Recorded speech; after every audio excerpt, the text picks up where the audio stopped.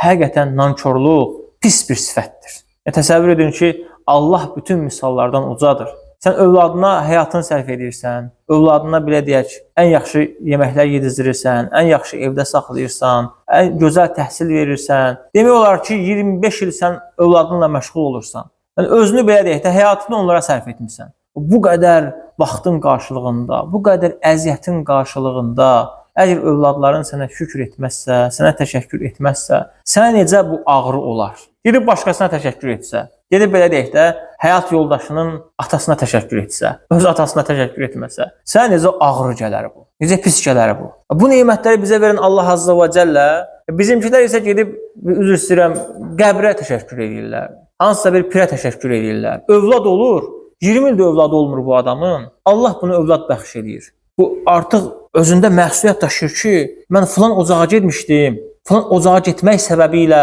Allah mənə övlad verdi, övlad nəsib elədi. Və gedir həmin o yerə, bəlkə də 200 kilometr, 300 kilometr həmin o yerə gedir, təşəkkür eləyir. Ey filan kəs, gəlmişdim sənin huzuruna, sən mənə uşaq nəsib elədin. Uşağı verən Allahdır. Allaha demir ki, ya Rab, bu neməti sən mənə bəxş elədin, sən verdin bu neməti mənə. Allah yaddan çıxır, gedir hansısa bir şəxsə təşəkkür edir. Həqiqətən də Allah buyurduğu kimi, innəl insənə li rabbihi ləkənud. İnsan Rəbbinə qarşı çox nankordur, çox.